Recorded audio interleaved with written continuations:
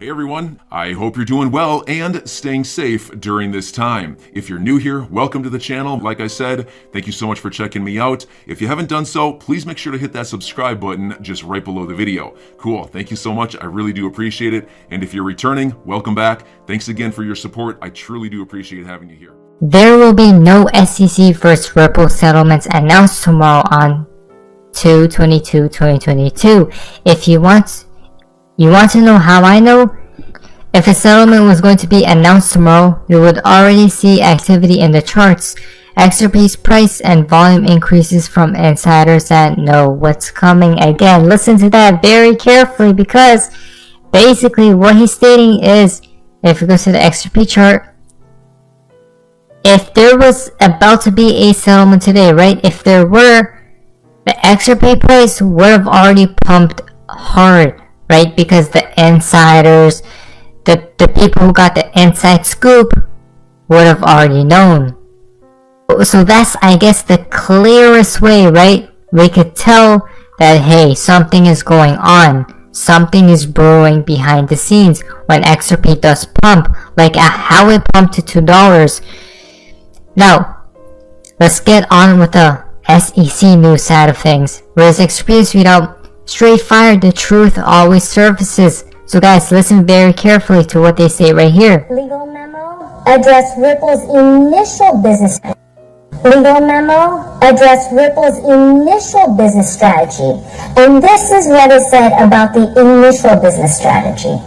Looking at the second page, Roman numeral 3, paragraph A. Is sold to investors who provide founders with the capital necessary to launch and operate new coin, which later became Ripple.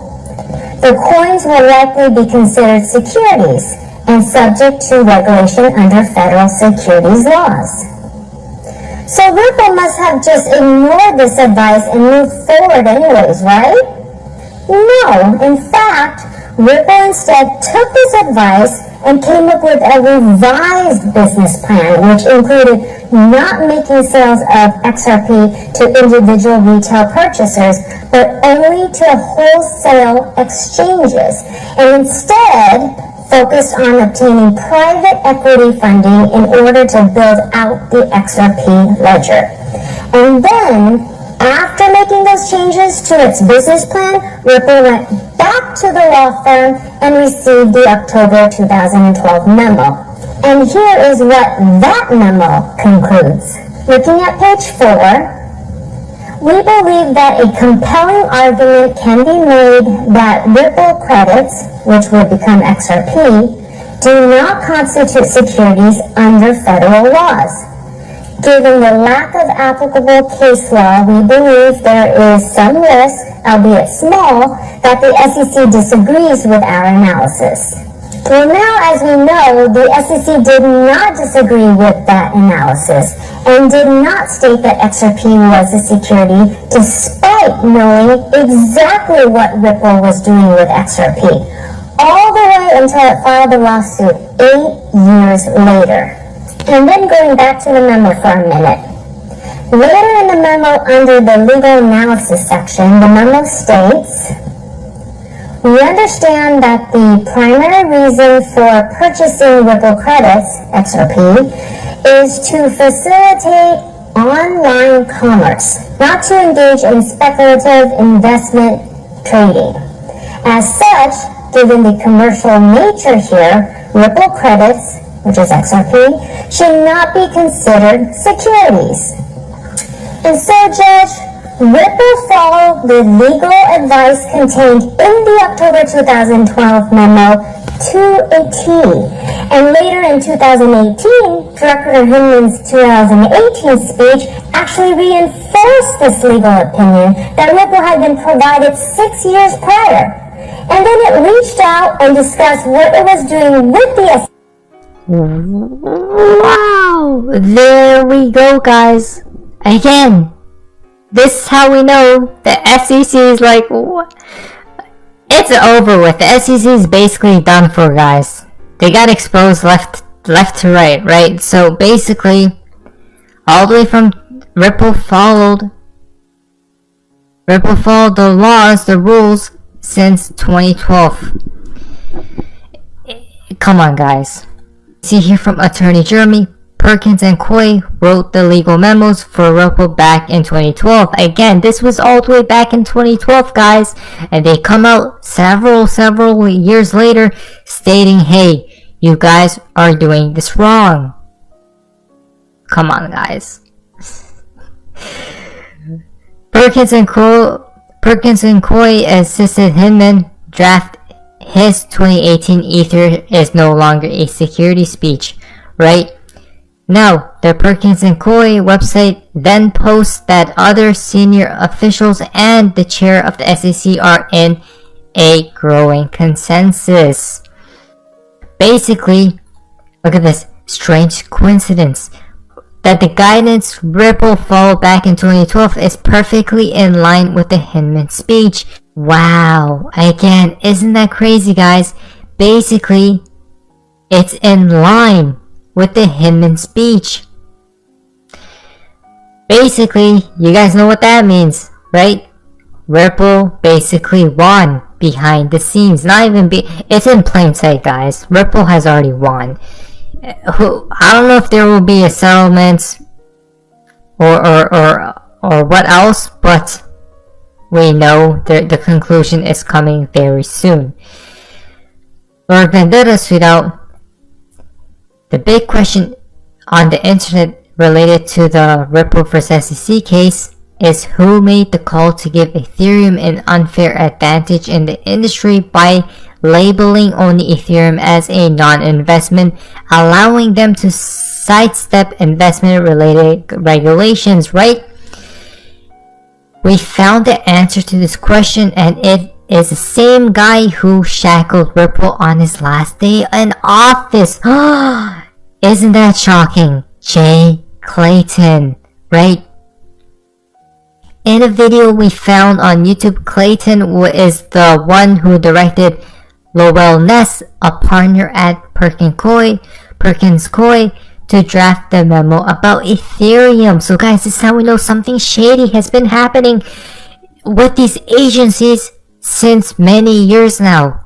Again, it's all about corruption that's taking place, but people are not brave to fight against it, right? But Ripple is.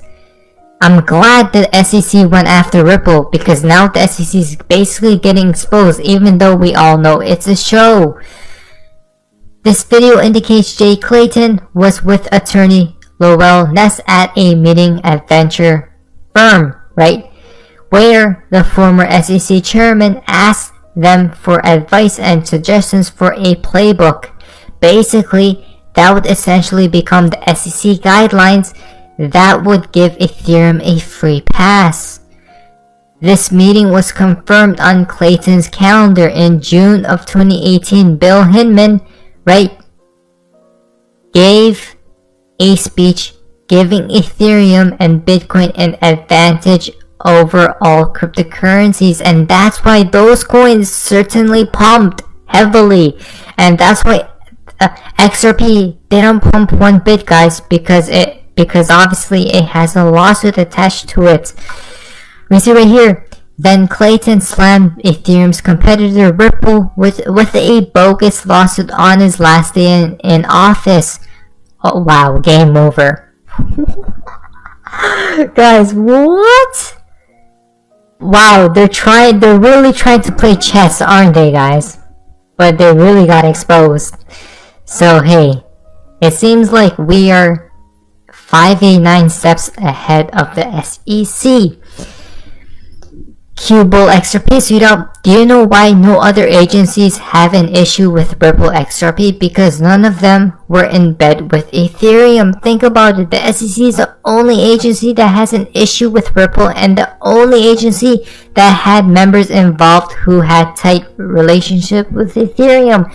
Again, only if Ripple paid the SEC, right, to give them a free pass as well, the SEC case wouldn't have happened, basically. But hey, remember, Ripple is not like that, right? Ripple is trying to win with truth. with no shady stuff behind it. Even Brad Garlinghouse basically stated it. Stefan Sudan, no matter the price, for facts. Countries will issue their own digital currencies. National banks won't trade on foreign CBDCs. This exchange of value will use bridge currencies again. Guess what that means? XRP being the neutral bridge currency, guys. What, right? They need to have a bridge. The Golden Gate Bridge.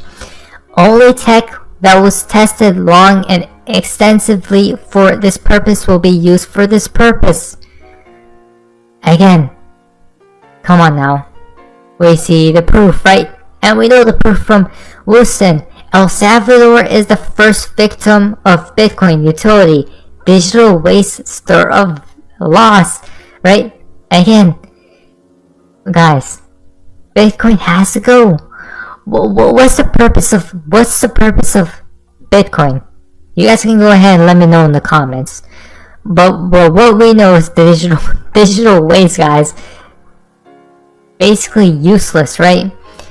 With Bitcoin, and obviously Bitcoin being the experimental test. BC backers, what do you think? Are we still holding? Now, obviously, Bitcoin still controls the whole market as we speak today, so we still have to respect Bitcoin, I guess, right? Because when Bitcoin pumps, XRP pumps. When Bitcoin dumps, XRP dumps. That's why we need XRP to decouple from the current illusion king as we see today, which is Bitcoin. But then XRP will come into the play, right? Taking #1 spot. It seems like we're following this fractal to a T, guys. Look at that. Even the timing of it, which is crazy. If this still does follow, we should see a huge pump starting very soon, very shortly. That should take us around $50,000 per Bitcoin and then dump back down. I have been hearing him say that if this does take place, right, alt season should be happening right here around this area. When Bitcoin goes up, all these alts should be exploding. And he did say that alts doesn't take years to explode or months.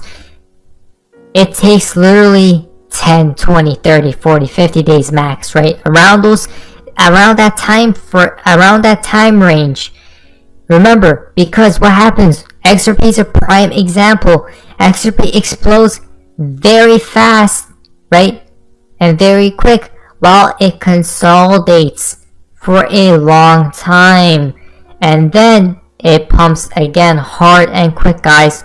So that's what that's what alts do. I hope we do have an alt season, and then probably bear, right? And then at the end, we see ISO 222, which implements utility of these coins come into play. And that's when all the 99% of the coins fall and die away. I'm your guy. I will keep you posted. I'm your advocate. I'll be back on a daily basis, usually multiple times per day, with these videos to keep you updated with everything going on. So I hope you enjoyed the video. If you haven't done so, make sure to hit that subscribe button. Feel free to share any of my videos with your friends, family, social media, or anybody who may care to listen. Thanks so much for your continued support. I'm always here for you. I want to help you through this time. So thank you so much for continuing to choose me. Enjoy your day, stay safe, and I'll catch you again probably in a couple hours. Thanks, everybody. See you later.